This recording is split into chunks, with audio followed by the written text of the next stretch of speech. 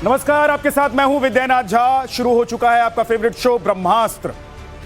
सियासत में वक्त कभी ठहरता नहीं है, लेकिन सवाल अक्सर वहीं लौट कर आ जाते हैं। क्या यह इतिहास की पुनरावृत्ति है या फिर लगातार मिली हार के बाद की बदली हुई रणनीति है? करीब 15 साल पहले अखिलेश यादव ने जिस नोएडा की जमीन से अपने सियासी सफर को नई रफ्तार दी थी, उसी यात्रा ने 2012 में उन्हें सत्ता के उत्तर प्रदेश में शिखर तक पहुंचाया। लेकिन मुख्यमंत्री बनने के बाद वही नोएडा अशुभ मान लिया गया और दूरी बना ली गई। अब वक्त बदला है, हालात बदले हैं और शायद सोच भी। लगातार चुनावी झटकों के बाद एक बार फिर से अखिलेश उसी नोएडा की ओर लौट आए हैं। क्या यह अंधविश्वास से मुक्ति है या फिर जीत की पुरानी जमीन पर भरोसा है? नोएडा एक बार फिर से सियासी रणभूमि में तब्दील हो चुका है। गौतम बुद्ध नगर के मेहर भोज डिग्री कॉलेज मैदान में समानता भाईचारा रैली के लिए भव्य मंच तैयार। 100 मीटर लंबा पंडाल, हजारों कुर्सियां और भीड़ जुटाने के लिए पश्चिम से पूर्व तक सपा का पूरा नेटवर्क एक्टिव। अब नजर सिर्फ एक सवाल पर टिकी है कि क्या नोएडा की यह वापसी अखिलेश के लिए फिर वही लकी चार्म साबित होगी या फिर बदल चुकी सियासत में पुराना दाव बेअसर रह जाएगा? ब्रह्मास्त्र में आज इसी मुद्दे पर डिबेट करेंगे, लेकिन सबसे पहले एक रिपोर्ट दिखाते हैं।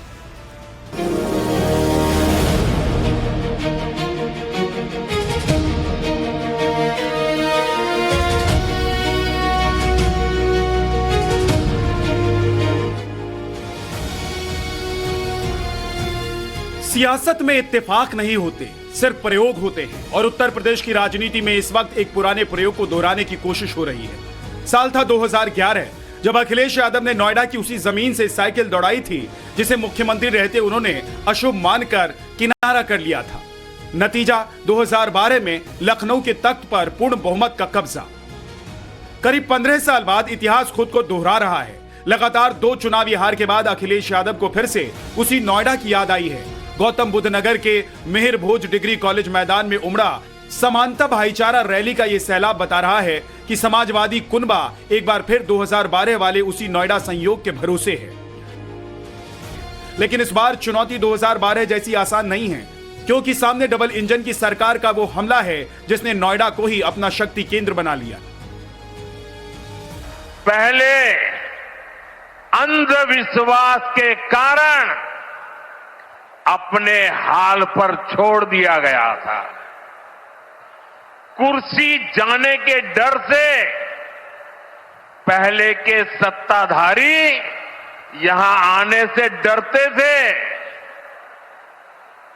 मुझे याद है यहां की सपा सरकार थी और मैंने नोएडा आने का कार्यक्रम बनाया तो मुख्यमंत्री इतने डरे हुए थे कि वो उस कार्यक्रम में नहीं आए और मुझे भी डराने की लोगों ने कोशिश की कि नोएडा मत जाओ मोदी जी, अभी अभी प्रधानमंत्री बने हो।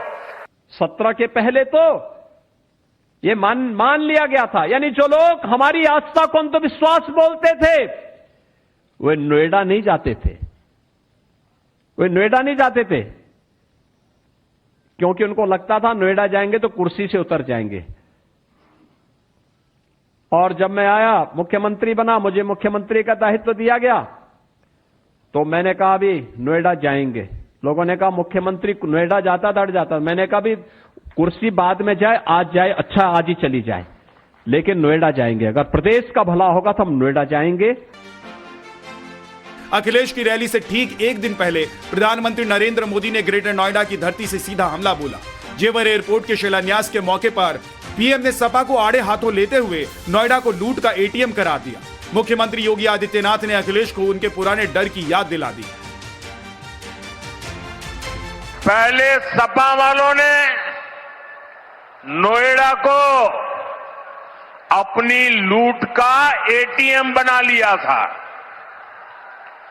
लेकिन आज भाजपा सरकार में वही नोएडा यूपी के विकास का सशक्त इंजन बन रहा है। कांग्रेस और समाजवादी पार्टी जैसे दलों ने जिस देश को और जिस प्रदेश को देश के अंदर अपने नकारेपन के कारण डेवलपमेंट के एक बॉटल नेक के रूप में छोड़ दिया था।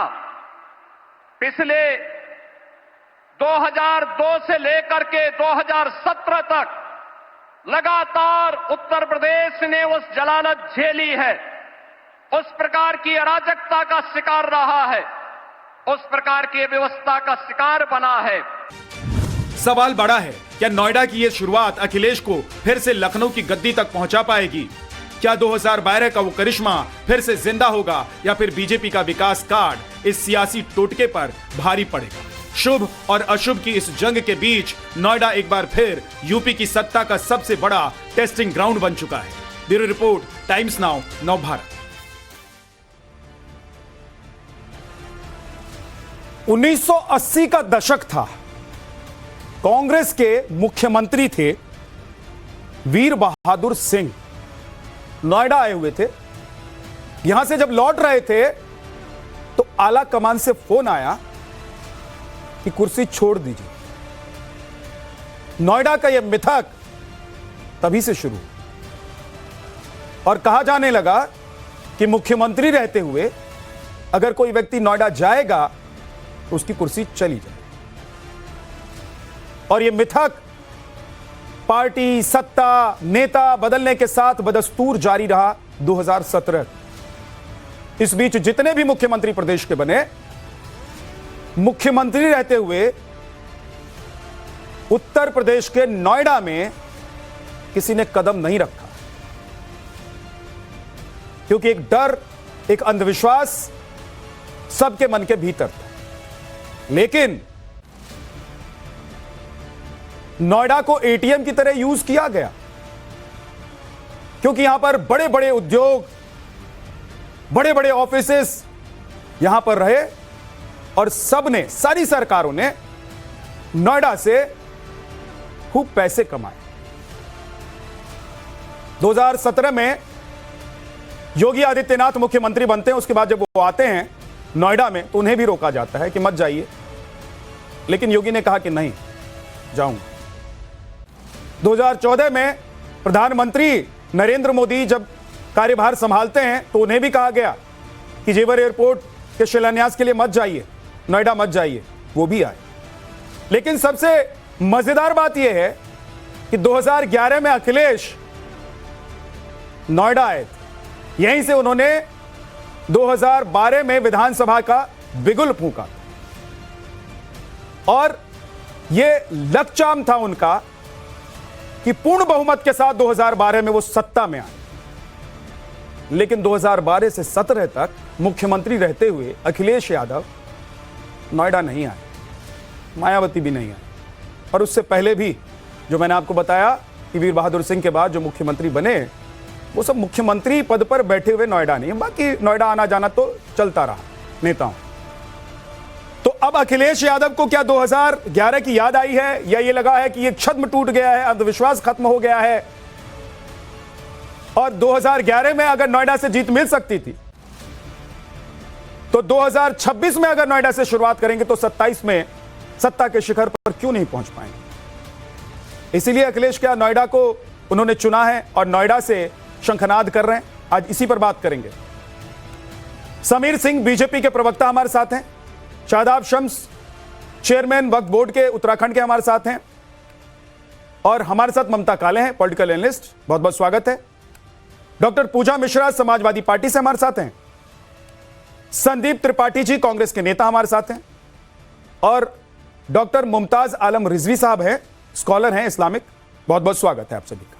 मैं आप लोगों के पास आऊंगा, लेकिन उससे पहले जरा एक बार तस्वीर दिखाना चाहता हूं कि जिस नोएडा की धरती पर कदम रखने से हर मुख्यमंत्री डरता रहा, उस नोएडा में आज कैसी तैयारी की गई है समाजवादी पार्टी की तरफ से, क्योंकि 2027 में विधानसभा के चुनाव हैं और अखिलेश यादव को यह भी पता है कि उत्तर प्रदेश इतना बड़ा राज्य है कि यहां पर अगर चुनाव की तैयारी करनी है तो एक साल पहले से आप खून पसीना बहाना शुरू कर दीजिए। मोहित तो मेरे सहयोगी मौजूद हैं। मोहित, जरा तस्वीरों में दिखाइए। मैंने सुना है कि बड़ा लंबा चौड़ा पंडाल लगाया गया है उत्तर प्रदेश और गौतम बुद्ध नगर के आसपास के हर जगह से लोगों को यहां तक लाने की कोशिश हो रही है। अखिलेश यादव पहुंचे कि नहीं पहुंचे हैं?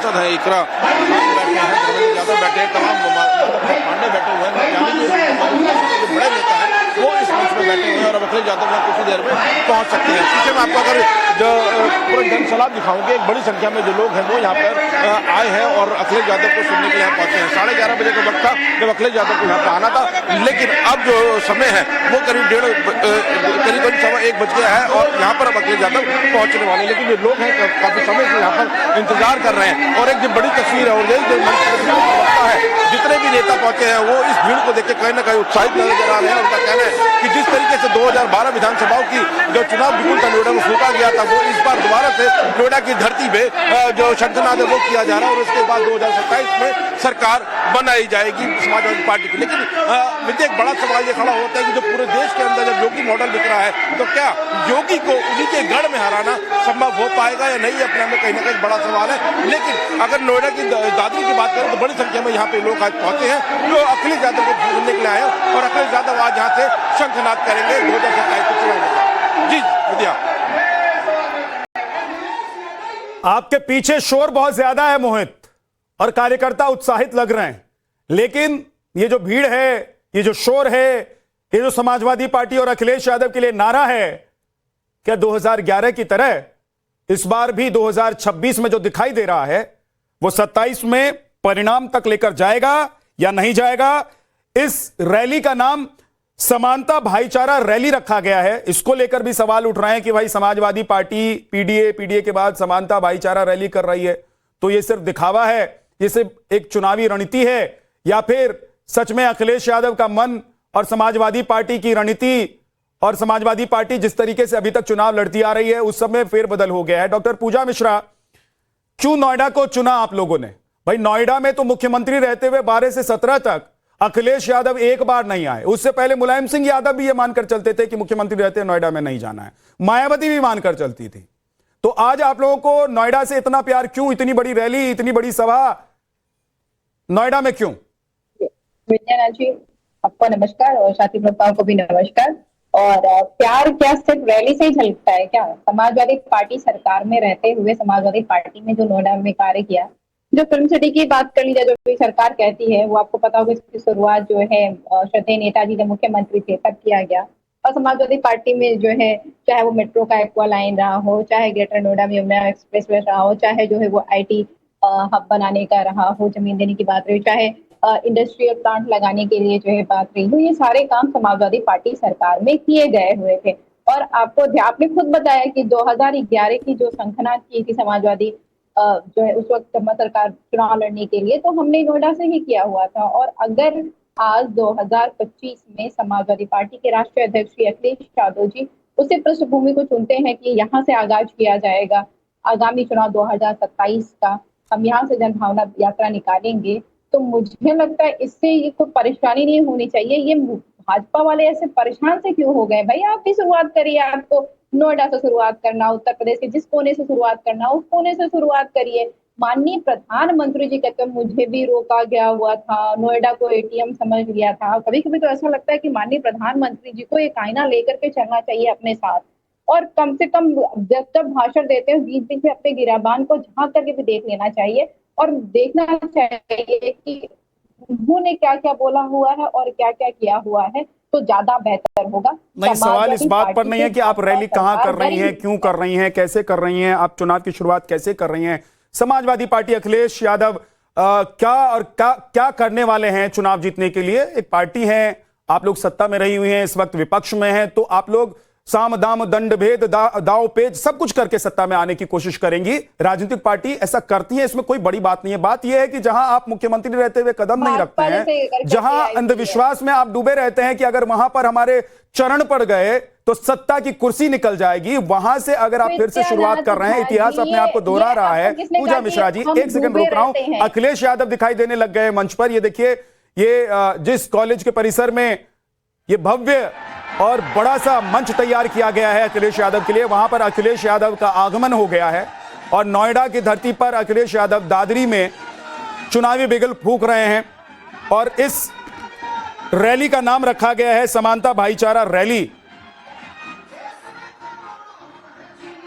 अखिलेश यादव मौजूद हैं और जैसे ही वो कुछ बोलते हैं वहां आपको लेकर चलूंगा। लेकिन समीर सिंह जी, भाई हो सकता है कि आप लोगों ने जिस मिथ्या को तोड़ा है वहां से समाजवादी पार्टी का रास्ता निकलता हो।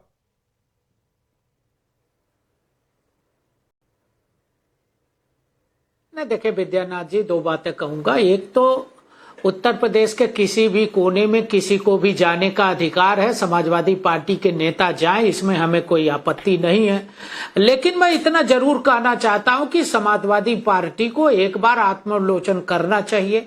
पूजा जी अभी बड़ी बड़ी बातें कर रही थी, आईना तो अखिलेश यादव को लेके चलना चाहिए। जिस नोएडा को माननीय प्रधानमंत्री जी ने क्या कहा, माननीय मुख्यमंत्री आदरणीय योगी जी ने क्या कहा, उन्होंने कल नोएडा के अंदर कहा कि जो लोग नोएडा को लूट का अड्डा मानते थे, जो लोग अभिशप्त मानते थे कि नोएडा जाने से कुर्सी चली जाएगी, उस मिथक को माननीय प्रधानमंत्री नरेंद्र मोदी जी और माननीय मुख्यमंत्री योगी जी ने तोड़ा। वो दोनों लोग नोएडा गए और नोएडा के विकास के रफ्तार को, जो पश्चिमी उत्तर प्रदेश के विकास का स्तंभ है, उसे उन्होंने गति प्रदान किया।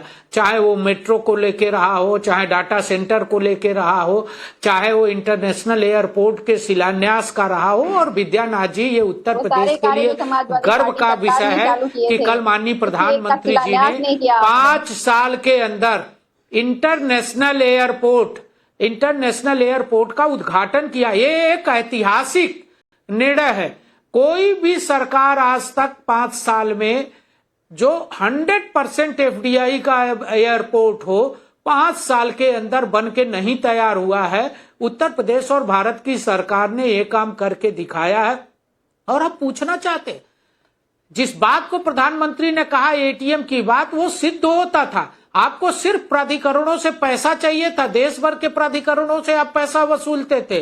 वही नोएडा है विद्यानाथ झा जी, जहां इनके चहेती अधिकारी, मैं नाम लेना चाहता हूं, नीरा यादव लंबे समय तक नोएडा प्राधिकरण में रही, उन्हें जेल जाना पड़ा, उनकी सजा हुई, वो जेल के शिक्षों के पीछे गई नीरा यादव। मैं तो नाम बता रहा हूँ नीरा यादव का। यादव सिंह कौन था? वो नोएडा का इंजीनियर। उसको कौन नहीं जानता कि समाजवादी पार्टी की सरकार में अकूत पैसा कमाने वाले लोग जो पैसे को इकट्ठा करके राजनीतिक दल के नेताओं को देते थे, ऐसे लोग जेल के शिक्षों के पीछे गए।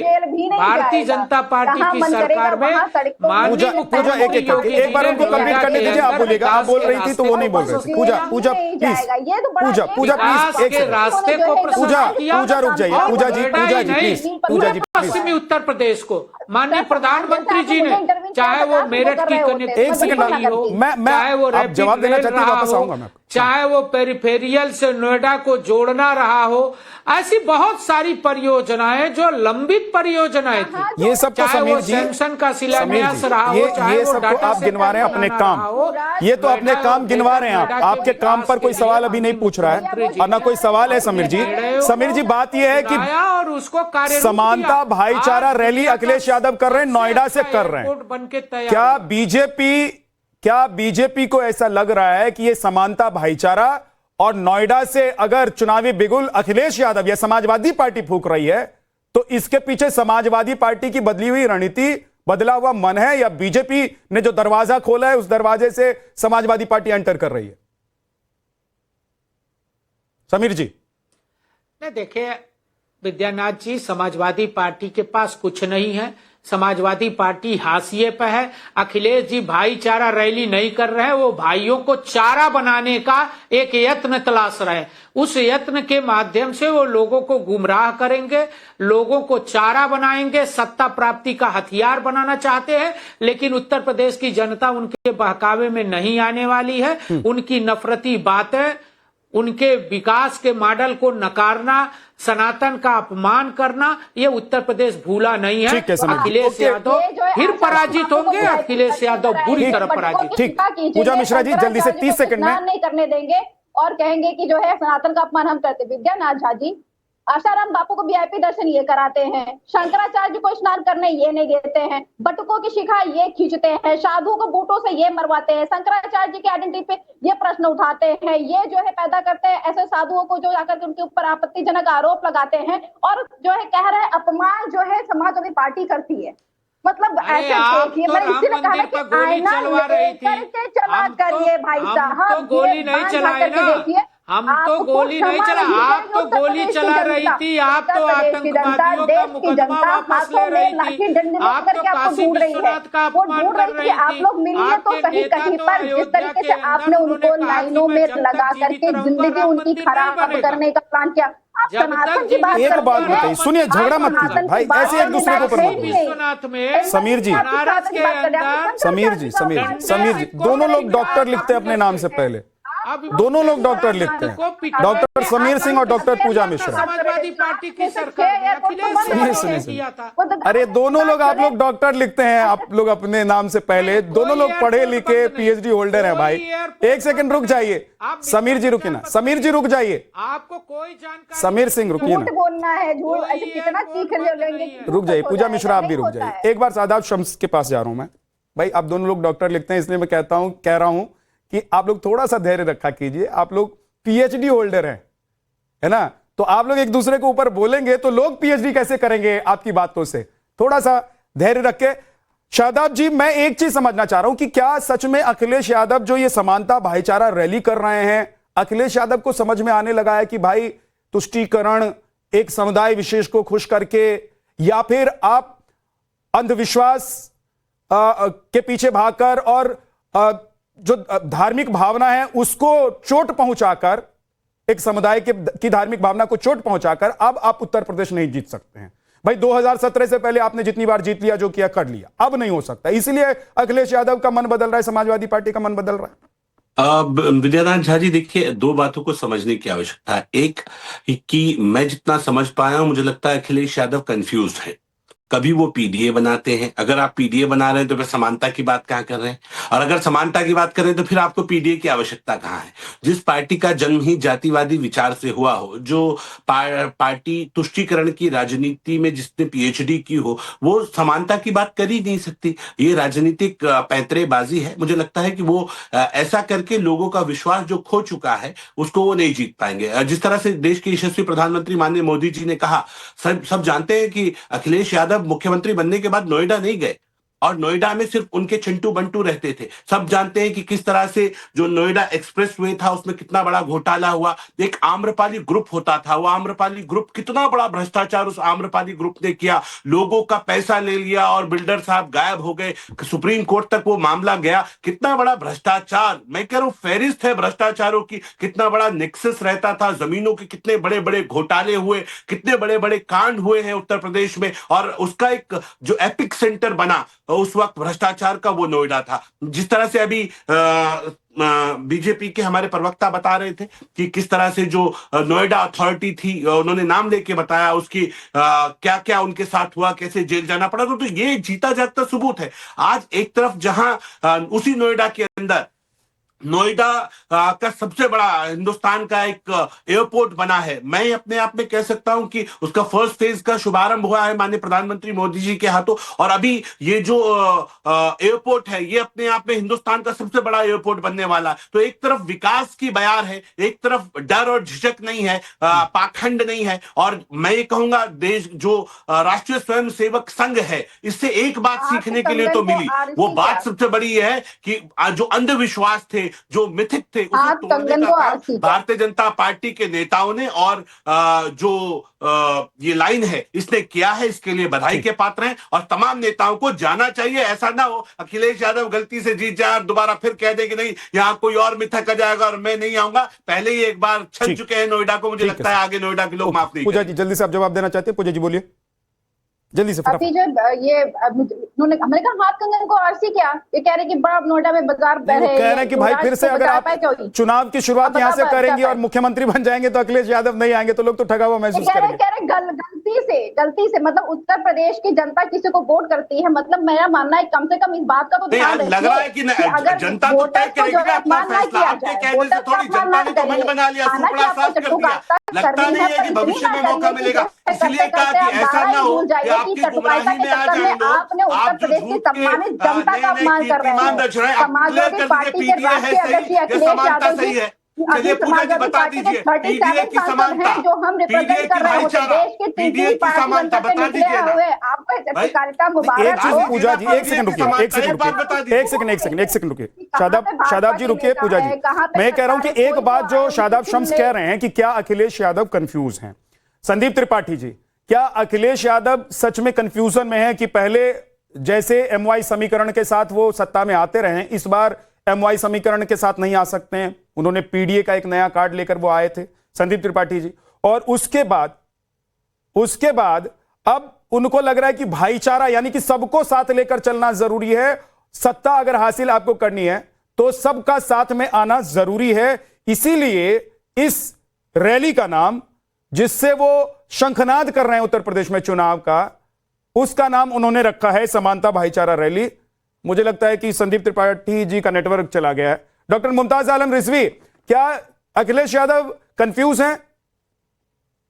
बहुत बहुत शुक्रिया आपका। देखिए, मैं दोनों के लिए एक एक शेर पढ़ना चाहता हूं। तो बंदी की है, कोई वैसा आलमाना शेर नहीं है कि समाजवादी पार्टी का नहीं है कोई भाईचारा, समाजवादी पार्टी का नहीं है कोई भाईचारा। इनके दौर में दंगों में जलता रहा यूपी सारा, और आप 12 से लेकर के 17 तक का रिकॉर्ड देख लीजिए। तो नंबर 1 ये। अब आ जाइए बीजेपी जो इतनी बड़ी बड़ी बातें कर रही है कि बुलेट और बुलडोजर का सहारा, बुलेट और बुलडोजर का सहारा गरीबों को भाजपा सरकार ने मारा। ये इनकी पूरी सूरत हाल है। और असल अगर आप देखें तो प्रदेश 2007 कर लीजिए, 2007 से 2012 का दौर देखेंगे आदरणीय बहन मायावती जी का, तो आपको अंदाजा हो जाएगा। मैं पार्टी की बात नहीं कर रहा हूं, लेकिन आप जाकर के देखिए, ना बुलेट है, ना बुलडोजर है, ना दंगा है, ना फसाद है, और काम जो है लॉ एंड ऑर्डर इतना मेंटेन। और ये लोग जो बात कर रहे हैं ना, शेर को मैं चाह रहा हूं, आपने बहुत अच्छा शेर पढ़ा। उत्तराखंड के भाई यूपी में कहा कूद पड़े, अरे वहां संभालिए ना वक्त। सुनिए ना मुमताज, यूपी के वक्त बोर्ड के चेयरमैन बनना चाहते हो क्या? बोल लीजिएगा, सुन तो अरे भाई यूपी के, अरे तो एक मिनट मुझे बात तो मुकम्मल कर लेने दो। शेर पढ़ा। अब यूपी के वक्त बोर्ड के चेयरमैन बनोगे क्या? और सुनिए, जिसकी जितनी संख्या बारी उतनी उसकी हिस्सेदारी, ये है बहन मायावती जी। जलता था, तो इसलिए आप बात मत कीजिए। और मैं आपको बता दूं, सुनिए, देखिए मैं आपको बता देता हूं, तो अच्छा है कि एक मिनट, मैं बता रहा हूं, सुन लीजिए कि एक मिनट, ऐसा हुआ तो बहुत अच्छा हुआ। इसके लिए तो आपको बधाई देनी चाहिए योगी सरकार को कि देश के अंदर दंगे होने बंद हो गए, बुलडोजर चल रहा है। अच्छा, तो बुलडोजर चलने लॉ एंड ऑर्डर की स्थिति कैसी है बताइए संत साहब? मजबूत हो गया। यूपी में लॉ एंड ऑर्डर कैसा है? आप मैं रोज रेप की खबरें आती है, सच कहने की हिम्मत, आप देखिए क्या हालात है। साहस किया कि अखिलेश यादव वहां पे मार काट, कहीं इनको गोली मार दी गई, कहीं उनको गोली मार दी गई, गोरखपुर तक महफूज नहीं। आप क्या बात कर रहे हो? दिन दहाड़े 13 साल की बच्चियों की, कहीं 17 साल की बच्चियों के साथ क्या बात कर रहे हो? जा करके देखो, एनसीआरबी की रिपोर्ट पढ़ के देखिए। आप इस तरीके की बातें मत कीजिए।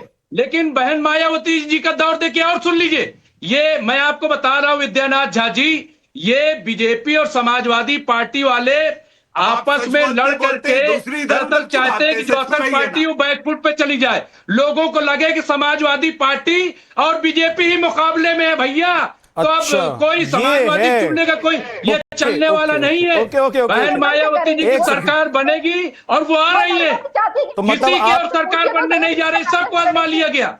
तो आप ये कह रहे हैं कि किसी की सरकार नहीं बनने जा रही है उत्तर प्रदेश में? मायावती जी से तो जान लीजिए, वो जी बिल्कुल डोर खींची जाएगी मायावती जी की, वो उतना ही करेंगी। उनसे पहले पूछिए, उसके बाद आप आकर के उनके लिए लड़िएगा। बड़ा बढ़िया लगता है हमको अगर जो है मायावती जी भी मैदान में रह रही होती, लड़ रही होती। यहाँ तो वो कठपुतली। अरे भैया मैदान में कैसे?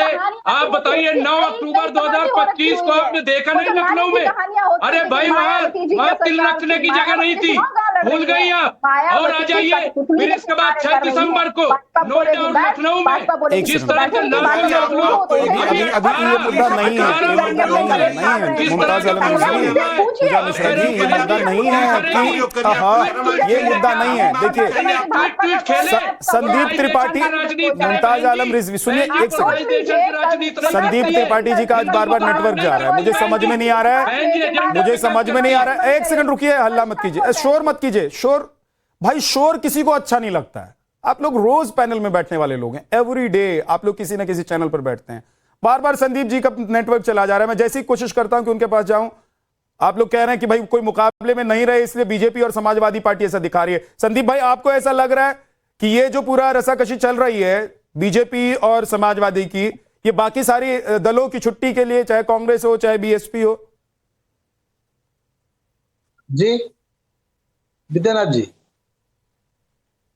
जी बोलिए। आवाज, हाँ आवाज एक बार फिर से सवाल दोहराइएगा सर। मैंने कहा कि मुमताज आलम रिजवी कह रहे हैं कि ये बीजेपी और समाजवादी पार्टी जानबूझ के ये लड़ाई दिखा रही है ताकि लोगों को लगे कि कोई और कंपटीशन में है ही नहीं, कोई और मैदान में है ही नहीं। क्या आपको भी लग रहा है कि ये इन दोनों ही पार्टी की मिली भगत है? ये बंगाल वाला पैटर्न है, जैसे ममता बनर्जी और भाजपा वाला होती है, वही पैटर्न ये अखिलेश यादव ने सीखा है ममता बनर्जी से। विषय के इतर तो आप डिबेट जाने नहीं देते, लेकिन ये आज आपकी डिबेट पे जी कमजोरी मुझे नजर आ रही है। आप डिबेट को विषय से कहते, विषय के इतर मत जाइए, भाई जाने नहीं देता हूँ। आज इतर जाके आप बात करनी पड़ रही है, ये आपकी कमजोरी है। ये कौन है? ये उत्तराखंडी बाबा। एक सवाल आया संदीप जी, मुझे लगा उस सवाल, संदीप भाई, संदीप जी, संदीप त्रिपाठी जी, एक सवाल अगर डिबेट में आया और मुझे लगा वो सवाल मौजू है, संदीप त्रिपाठी जी एक सवाल आया और वो सवाल मौजू है, तो आप कह दीजिए कि भाई ये सवाल जरूरी नहीं है, मैं निकल रहा हूं, इस सवाल से बाहर हट रहा हूं, सीधे मुद्दे पर रहिए, कोई दिक्कत नहीं है मुझे, मैं मुद्दे पर रखता हूं डिबेट को। कैसे पता कि कानून व्यवस्था बढ़िया कि नहीं? रहते उत्तराखंड में गाना बता रहे उत्तर प्रदेश का, कैसे पता तुमको? दलाली कर रहे हो, जीवन चल रहा है, तुमको मिर्ची लगे तो मैं क्या करूं? मैं तो ताज्जुब कर रहा हूं, आप तो बेगानी शादी में अब्दुल्ला दीवाने हो गए, आप तो बेगानी शादी में अब्दुल्ला दीवाने हो गए, आप तो है ही नहीं। सपा ने मना कर दिया, नहीं है आप, सपा ने आपको साइडलाइन कर दिया, डस्टबिन कर दिया समाजवादी पार्टी ने कांग्रेस को। टाइम का कुछ नहीं है यहाँ, कुछ नहीं है बसपा और सपा का, बसपा का और कांग्रेस का कुछ नहीं है, मना कर रही है सपा की प्रवक्ता। आप कहाँ बात कर रहे हैं? बात करने की थोड़ी सी तमीज तो रखिए। आपकी फ्रस्ट्रेशन मुझे दिखाई देती है, आपका चिड़चिड़ापन दिखाई दे रहा है, आपका कुछ बचा नहीं है यूपी में। उत्तर प्रदेश से क्या रिश्ता आपका? उत्तराखंड के हो? अरे बात हमारा तो हम भारतवासी है, हमारा हर जगह का रिश्ता है। आप तय करेंगे, आप तय करेंगे, आप तय करेंगे। अरे आपका देश की राजनीति से कोई रिश्ता नहीं रहा, आपका देश के लोगों से कोई रिश्ता नहीं रहा, आप किसके कौन से रिश्तों की बात? संदीप त्रिपाठी जी प्लीज, संदीप त्रिपाठी सवालों का जवाब दीजिए ना। अगर आपको उनके सवाल चुभ रहे हैं तो आप सवाल से अलग हो जाइए, बोलिए कि मैं उनके सवाल का जवाब नहीं देना चाहता हूं, लोग देख लेंगे, समझ जाएंगे। लेकिन ये क्या बात हुई कि आप कहां के हैं, कौन है? अरे वो आपके सामने पैनल में बैठे हुए हैं, आपसे सवाल कर रहे हैं। हम कह रहे हैं गलत आदमी को, गलत मतलब कांग्रेस की कौन सी परंपरा शुरू हुई है कि सामने में बैठा हुआ व्यक्ति वो मेरे जान पहचान का, तो ही सवाल का जवाब मैं दूंगा। बोर्ड का अध्यक्ष सवाल करता तब तो बात समझ में आती। आप रिपोर्ट कार्ड देख के सवाल का जवाब देंगे क्या? अगर वो देश की जनता है, वो देश का एक आम आदमी है, वो सवाल पूछ रहे, जवाब दीजिए। अब प्रवक्ता बनकर बैठे हुए हैं पार्टी के। भाई आपने उत्तर प्रदेश में रह रहे हो, संदीप त्रिपाठी वक्त खराब मत कीजिए, वक्त खराब मत कीजिए भाई। एक मिथक आप लोगों ने 1980 के दशक में शुरू की थी संदीप त्रिपाठी जी, उसके बाद वो मिथक अभी तक चली आ रही है, उसको 2017 में योगी आदित्यनाथ ने तोड़ दिया। अब आया, अब सवाल आपका आया, बोलिए। नोएडा बसाने वाले, नोएडा बसाने वाले अंधविश्वास की शुरुआत आप लोगों ने जड़ आप लोगों ने जमाई थी अंधविश्वास की। नोएडा बसाने वाले, हमका बसा पता है आपको? नारायण दत्त तिवारी नाम है उनका। बसाने वाले की बात कर रहा हूं, नोएडा बसाने वाले हम हैं। 1976 से हमने इसकी शुरुआत की। पंडित नोएडा ही नहीं, हमने उत्तर प्रदेश को शांत कराई। इसको कहाँ के थे ये भी बता दीजिएगा। अरे घबराने को बताओ पहले, उत्तर प्रदेश के तब वो उत्तर प्रदेश के क्या बात कर रहे हैं आप? प्लीज संदीप त्रिपाठी को ऑडियो डाउन कर दीजिए। जिन्ना का अब वो सही तो पूछ रहे हैं, क्या आप कह रहे थे? कौन कहां से हैं, कहां से एनडी तिवारी कहां से, बता पाएंगे? वीर बहादुर सिंह कहां से हैं, बता पाएंगे? भाई सब भारत के हैं, भारतीय हैं। अब लीजिए, और बदजुबानी मत कीजिए, नहीं चलेगा। संदीप त्रिपाठी बदजुबानी करेंगे, ऑडियो डाउन कर दूंगा। बदजुबानी कर रहा हूं, बदजुबानी मत कीजिए, ऑडियो डाउन कर दूंगा। संदीप त्रिपाठी नहीं, सवाल का जवाब दीजिए, सवाल करिए, बदतमीजी से नहीं। तो करो, दलाली मत करो, सवाल करो। अरे यार ऑडियो डाउन करो इनका, ममता त्रिपाठी, देखिए, ये मैं तो सारी गलत एक बातें जवाब, कर देता एक सवाल मुमताज आलम रिजवी ने रख दिया कि कंपटीशन में कोई और है ही नहीं। इस बात से संदीप त्रिपाठी इतने बिफर गए। सवाल कंपटीशन का नहीं है। देखिए, जो भी पार्टी चुनाव, आ रहा हूं समीर जी, मैं आ रहा हूं। सवाल यह है कि जितनी भी पार्टियां उत्तर प्रदेश में चुनाव लड़ रही हैं, देश में चुनाव लड़ रही हैं, वो एक दूसरे के खिलाफ बोलती हैं, करती हैं। आज सवाल यह है कि जिस उत्तर प्रदेश में मुख्यमंत्री रहते हुए पार्टी के नेता आते नहीं थे, वहां से बिगुल फूक रहे हैं क्योंकि उनको 2011 याद आ गया, 15 साल पुरानी बात याद आ गई। जी विद्यानाथ जी, ये सवाल मेरे लिए ही है ना? जी जी, बहुत बहुत धन्यवाद। मैं कुछ चीजों पर सबका ध्यान आकर्षित करना चाहती हूं। पहले मैंने यहीं बैठे बैठे 2 लाइंस लिखी हैं। बुलडोजर और बुलेट की बात हुई तो मैंने कुछ लिखा है कि एक जमाना था जब बुलडोजर से डरती थी जनता, जब वो माफियाओं के हाथ में हुआ करता था। एक जमाना था जब यूपी में बुलडोजर से डरती थी जनता, आज बुलडोजर से कांपता है माफिया। और अब बुलेट पर भी आ जाते हैं कि बुलेट ट्रेन में आज जनता घूम रही है, क्योंकि विकासवाद की बयार है ना मोदी जी और योगी जी के राज में। तो बुलेट ट्रेन में यूपी की जनता घूम रही है और भ्रष्ट नेताओं की साहब उत्तर प्रदेश में साइकिल टूट रही है। तो सच्चाई ये है, मैंने सोचा ये समर्पित कर देती हूँ। अच्छा, आज अखिलेश यादव जी एक कॉलेज में पहुंचे हैं क्योंकि उनको ये लग रहा है कि कॉलेज के माध्यम से वो जेनजी को साध लेंगे, जेनजी को अपने झूठ में वो घुमा लेंगे, लेकिन ऐसा होने वाला नहीं है। इस देश का जो जेनजी है, इस देश का जो युवा है, उसको पता है कि किसने इस देश का विकास किया है, किसने इस देश का विनाश किया है। अच्छा, एक चीज और मैं बता देती हूँ कि कल यहाँ पर जो हुआ है वो किसी ने आज से पहले नहीं किया है। एशिया का सबसे बड़ा एयरपोर्ट जेवर में बना है विद्यानाथ जी। एक बात ममता काले जी, एक सेकंड रुकिए, दोनों को बोलिए थोड़ा चुप रहे। सुनिए, एक बात मैं कह रहा हूं। ममता जी एक सेकंड रुकिए। ममता जी, बीजेपी क्या कर रही है, बीजेपी ने क्या किया है, ये सब तो लोग देख ही रहे हैं और उसके लिए समीर जी बैठे भी हुए हैं, वो बता रहे हैं। ये जो पूरा छद्म चल रहा है और ये अंधविश्वास है, क्या ये अंधविश्वास का ताला टूट गया है?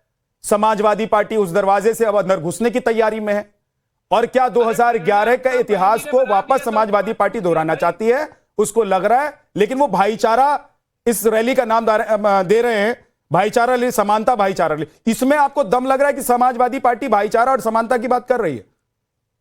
विद्यानाथ जी, मैं किसी के बीच में बोली नहीं। सबसे पहली बात, सबसे आखिरी में मैं बोल रही हूं। और ये जो बैठे हुए हैं यहाँ पर mister what ever his name is, वो बीच में बोल रहे हैं दिस इज नॉट राइट, है ना? तो आप इनका फेडर डाउन करके रखिए। बोलिए। दूसरी जरूरी बात मैं आपको ये बता देती हूं कि कौन सी समानता और कौन सा भाईचारा।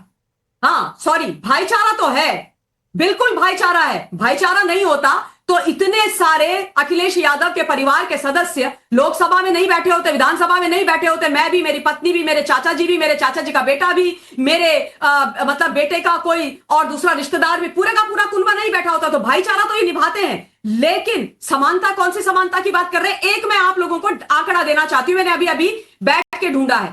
समाजवादी पार्टी के पूरे यूपी के अंदर अगर आप जिला अध्यक्षों की लिस्ट निकालेंगे ना, तो आपको पता लग जाएगा इनका समानता उसकी छीछा लेदर हो जाएगी। मैं इन सब चीजों पर विश्वास नहीं करती हूं, लेकिन इनके समानता की थोड़ी सी हवा निकालनी चाहिए। इनके जो जिला अध्यक्ष हैं उसमें 95 जिला अध्यक्षों में सबसे ज्यादा यादव हैं।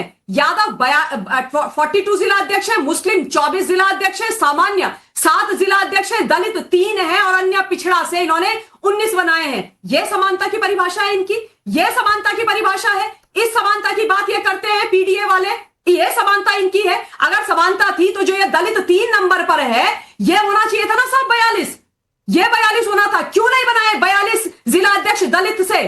आप किसी को भी मतलब कुछ भी झूठ बोलेंगे और आपको लगेगा कि आप अपनी राजनीतिक स्वार्थ सिद्धि कर देंगे, नहीं चलेगा साहब, नहीं चलेगा। उत्तर प्रदेश की जनता केवल विकास चाहती है, विनाश नहीं चाहती है। बहुत देखा है हमने, यही ग्रेटर नोएडा में किस तरीके का मुफ्त का चंदन, घिसमेरा नंदन और लूट का इन्होंने पूरे का पूरा मॉडल चला के रखा था, याद होना चाहिए इनको। एक चीज और बोलना चाहती हूं, अभी यहां पर उत्तराखंड से मेरे भाई जो बैठे हुए हैं, उनके बारे में 2 लोगों ने बहुत कुछ बोला। क्यों भैया, उत्तराखंड भारतवर्ष का हिस्सा नहीं है? क्यों भैया, उत्तर प्रदेश और उत्तराखंड एक जमाने में एक प्रदेश नहीं होता था? क्यों भैया, कोई उत्तराखंड का व्यक्ति क्यों यूपी के बारे में नहीं बात करेगा? आपके बापू का है, आपके बापू का है ये उत्तर प्रदेश, हमारा उत्तर प्रदेश है। इस देश के अंदर हम सबका खून शामिल है। बात करेंगे मुमताज आलम रिजवी, फिर पूजा मिश्रा जी। 30 सेकंड। ममता जी रुक जाइए, अब वक्त नहीं है, बिल्कुल वक्त नहीं है।